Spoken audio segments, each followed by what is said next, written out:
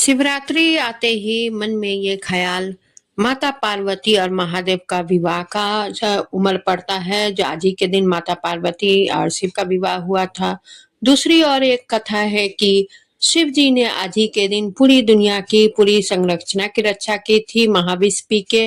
और एक कथा आपके कथा में ग्रंथों में आती है कि शिव जी की शिवरात्रि की कथा एक शिकारी से जुड़ी हुई है। राधे राधे दोस्तों, मैं रीना मिश्रा आज सभी के YouTube चैनल व्रत एंड पर मैं स्वागत करती हूँ।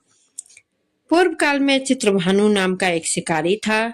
जानवरों की हत्या करके वह अपने परिवार को पालता था। वह एक साहूकार का कर्जदार था, लेकिन उसका ऋण समय पर ना चुका सका। क्रोधित साहूकार ने शिकारी को शिव मठ में बंदी बना लिया। संयोग से उस दिन शिवरात्रि थी। शिकारी ध्यान मग्न होकर शिव संबंधी धार्मिक बातें सुनता रहा। चतुर्दशी को उसने शिवरात्रि व्रत की कथा भी सुनी। शाम होते ही साहूकार ने उसे अपने पास बुलाया और ऋण चुकाने के विषय में बात की। शिकारी अगले दिन सारा ऋण लौटा देने का वचन देकर बंधन से छूट गया।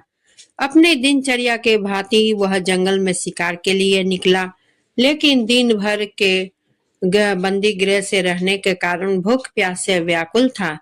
शिकार खोजता हुआ बहुत दूर निकला। जब अंधकार हो गया तो उसने विचार किया कि रात जंगल में ही बितानी पड़ेगी। वह वन एक तालाब के किनारे एक बेल पेड़ पर चढ़कर रात बिताने की इंतजार करने लगा। बिल्व वृक्ष के नीचे शिवलिंग था जो बिलपत्रों से ढका हुआ था।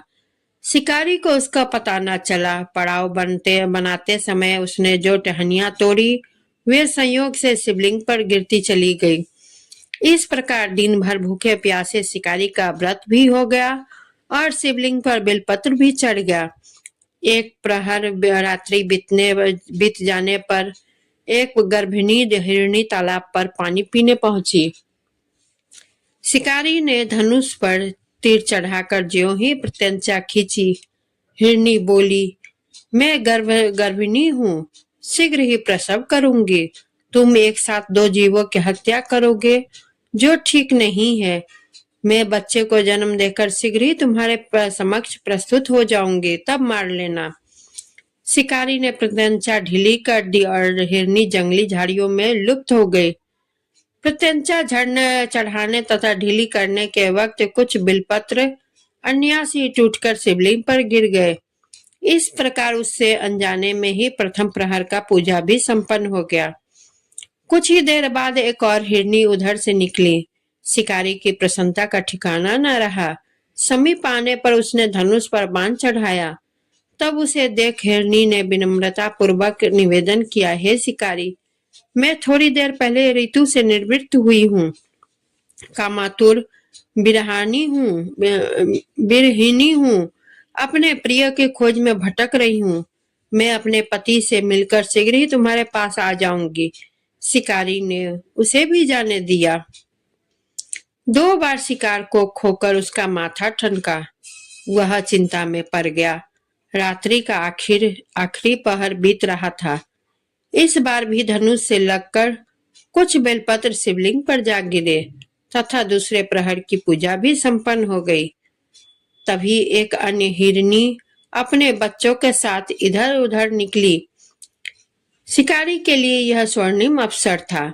उसने धनुष पर तीर चढ़ाने में देर नहीं लगाई। वह तीर छोड़ने ही वाला था कि हिरनी बोली, हे शिकारी, मैं इन बच्चों को उनके पिता के हवाले करके लौट आऊंगी। इस समय मुझे मत मारो। शिकारी हंसा, बोला, सामने आए शिकार को छोड़ दूं? मैं ऐसा मूर्ख नहीं। इससे पहले मैं 2 बार अपना शिकार छोड़ चुका हूँ। मेरे बच्चे भूख प्यास से व्यग्र हो रहे होंगे। उत्तर में हिरनी ने कहा, जैसे तुम्हें अपने बच्चों की ममता सता रही है, ठीक वैसे ही मुझे भी अपने बच्चे की सलामती की चिंता सता रही है। हे शिकारी, मेरा विश्वास करो, मैं इनके पिता के पास छोड़कर तुरंत लौटने की प्रतिज्ञा करती हूँ। हिरनी का दुख भरा स्वर सुनकर शिकारी को उस पर दया आ गई। उसने उस मृगी को भी जाने दिया। शिकार के अभाव में तथा भूख प्यास से व्याकुल शिकारी अनजाने में ही बेल वृक्ष पर बैठा बेलपत्र तोड़ तोड़ कर नीचे फेंकता जा रहा था। पाँव फटने को हुई तो एक हृष्ट पुष्ट मृग उसी रास्ते पर आया। शिकारी ने सोच लिया कि इसका शिकार वह अवश्य करेगा। शिकारी की तनी प्रत्यंचा देखकर मृग विनीत स्वर में बोला, हे शिकारी, यदि तुमने मुझसे पूर्व आने वाली 3 मृगियों तथा छोटे छोटे बच्चों को मार डाला है तो मुझे भी मारने में विलंब ना करो, ताकि मुझे उनके वियोग में एक क्षण भी दुख ना सहना पड़े। मैं उन हिरनियों का पति हूँ। यदि तुमने मुझे जीवन दान दिया है तो मुझे भी कुछ क्षण का जीवन देने की कृपा करो। मैं उनसे मिलकर तुम्हारे समक्ष उपस्थित हो जाऊंगा। मृग की बातें सुनते ही शिकारी के सामने पूरी रात का घटना चक्र घूम गया। उसने सारी कथा मृग को सुना दी। तब मृग ने कहा, मेरी तीनों पत्नियां जिस प्रकार प्रतिज्ञाबद्ध होकर गई है, मेरी मृत्यु से अपने धर्म का पालन नहीं कर पाएंगी। अतः जैसे तुमने उन्हें विश्वास पात्र मानकर छोड़ा है, वैसे ही मुझे भी जीवन दान दो। मैं उन सबके साथ तुम्हारे सामने शीघ्र ही उपस्थित होता हूँ। शिकारी ने उसे भी जाने दिया। उस प्रकार प्रातः हो आई। उपवास, रात्रि जागरण तथा शिवलिंग पर बेलपत्र चढ़ने से अनजाने में ही शिवरात्रि की पूजा पूर्ण हो गई। पर अनजाने में ही की हुई पूजन का परिणाम उसे तत्काल मिला। शिकारी का हिंसक हृदय निर्मल हो गया। उसने भक्ति भागवत का वास हो गया। थोड़ी देर बाद वह मृग सपरिवार शिकारी के समक्ष उपस्थित हो गया ताकि वह उनका शिकार कर सके। किंतु जंगली पशुओं की ऐसी सत्यता, सात्विकता एवं सामूहिक प्रेम भावना देखकर शिकारी को बड़ी ग्लानि हुई। उसने मृग परिवार को जीवन दान दे दिया।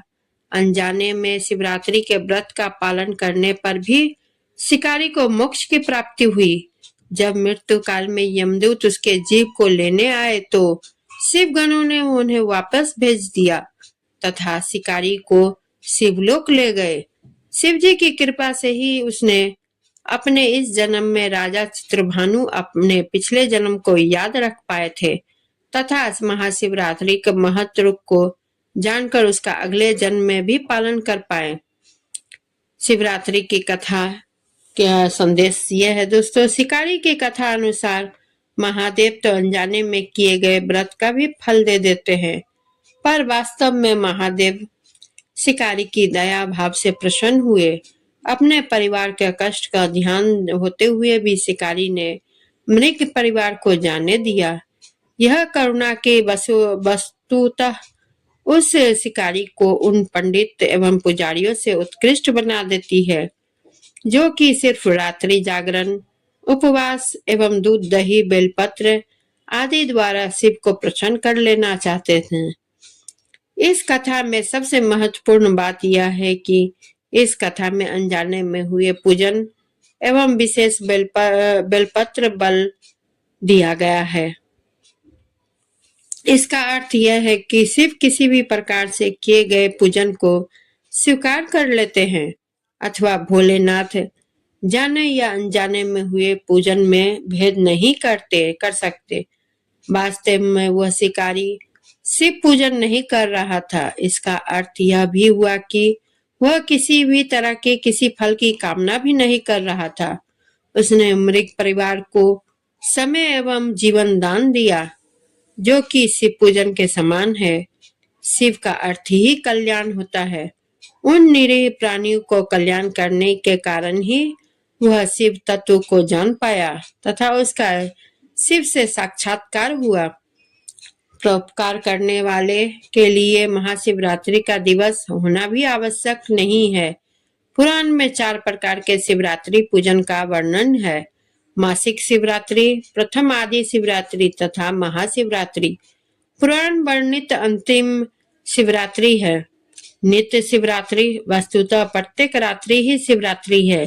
अगर हम उन परम कल्याणकारी आशुतोष भगवान में स्वयं को लीन कर दे तथा कल्याण मार्ग का अनुसरण करे तो वही शिवरात्रि का सच्चा व्रत होता है। तो दोस्तों, आप सभी को मेरा यह कथा कैसी लगी, आप लोग कमेंट जरूर करें और वीडियो को लाइक शेयर करें, चैनल को सब्सक्राइब जरूर करें। यूट्यूब बेल आइकन होता है, इस बेल आइकन को क्लिक जरूर करें क्योंकि कोई भी नई वीडियो आप तक पहुंचाने के लिए ये सहायक होती है। और इसी के साथ मैं विदा लेती हूँ। धन्यवाद।